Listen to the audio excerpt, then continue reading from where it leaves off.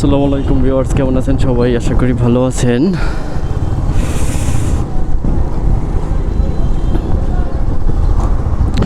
এখন ঘড়িতে সময় 10:54। যাইতেছি একটু টাঙ্গাইল পুলিশ লাইনে। ওইখানে একটু ব্যক্তিগত কাজ আছে আমার।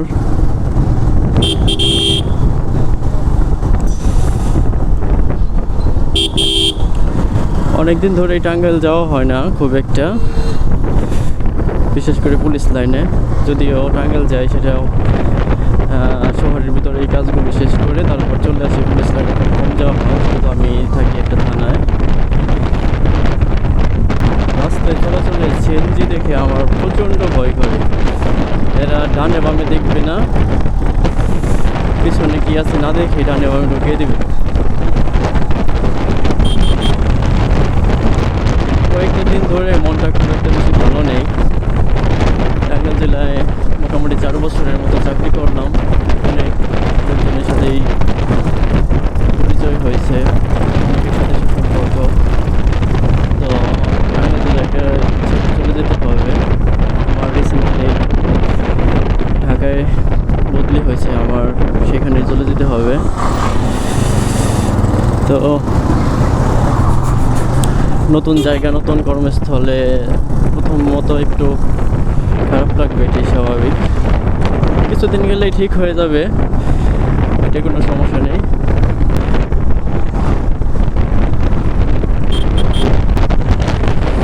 এই যে সিএনজি পিছনে দেখবেই না, ডানে ঢুকিয়ে দিচ্ছে।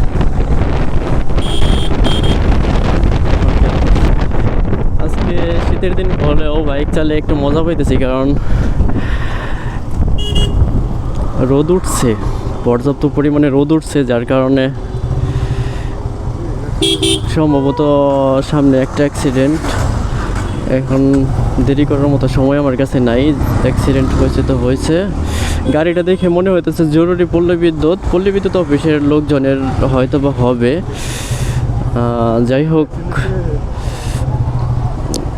হোক, এই যে এই পাশে দেখা যাইতেছে অ্যাক্সিডেন্টের লোকজন। ঠিক আছে, মারামারি করবেন না আপনারা।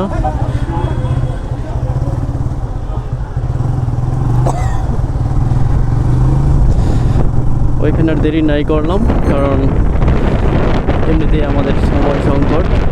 তাড়াতাড়ি যেতে হবে। রেল ক্রসিং, এইখানে আবার ট্রেনের জন্য অনেক সময় আটকে যায়।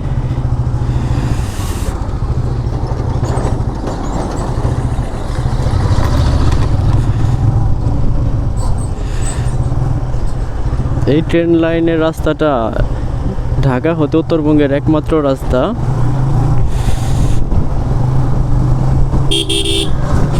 মামা যাইতে দেন। মেয়ে মানুষ আর ছেলেদের চেয়ে কোনো দিকে পিছিয়ে নেই।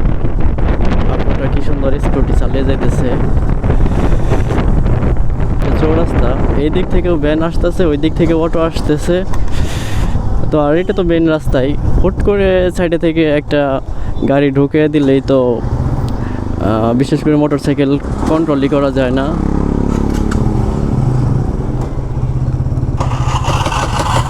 গাড়িটা বন্ধ হয়ে আছিল।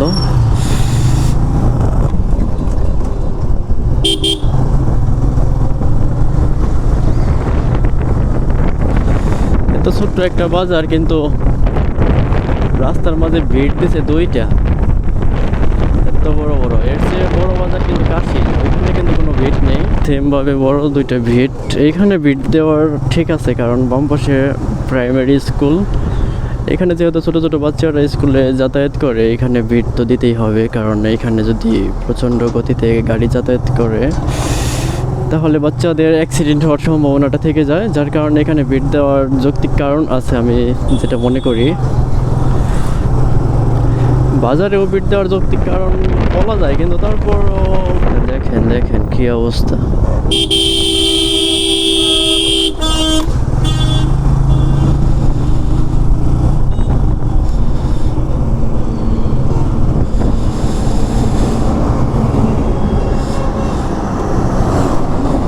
সরি, আমি একটু আমার তারার জন্য উপর দিয়ে যাইতে হইতেছে। যেখান দিয়েও যাওয়া যায় এভাবে কিন্তু একটু রিস্ক হয়ে যায়। তো যেহেতু গাড়ি অনেক দূরে ইজিলি পার হওয়া যায়।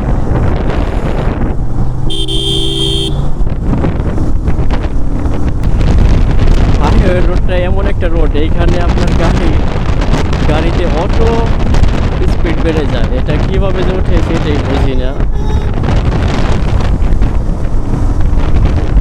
অথবা রুটের সাথে গাড়ির একটা কানেকশন আছে এখানে, যে এই রোডে গাড়ি আনলেই অটোমেটিকলি 70-80-90 এরকম স্পিড উঠবে, এটাই স্বাভাবিক।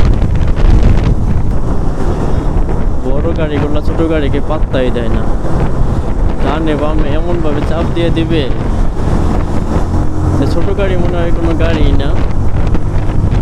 ওই যে গাড়িটা দেখেন, কেন এই গাড়ির পিছনে গেলে কি হইতো, সামনে গিয়ে এই গাড়ির স্পিডটাকে ক্রস করে এরপর যায়। ভাই তুই থামবি থাম, একদম বামে চাপায় দে, কিন্তু এর দরকার কি আছে? সীমা 40, আমি যাবো বাম পাশ দিয়ে। বাম পাশে কোনো গাড়ি আছে কিনা আগে দেখে নেই, না কোনো গাড়ি নেই, ইজিলি যাওয়া যাবে, কোনো সমস্যা নেই। যাই ধীরে সুস্থে রিল্যাক্সে।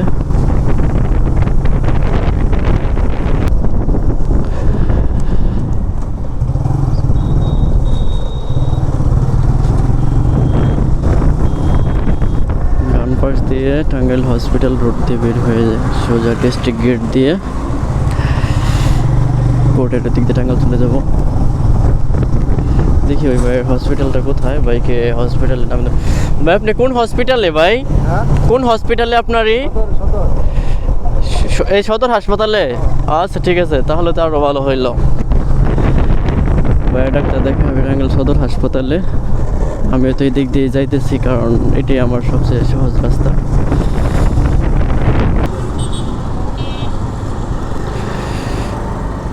বড় বেটি এখানে নামবে।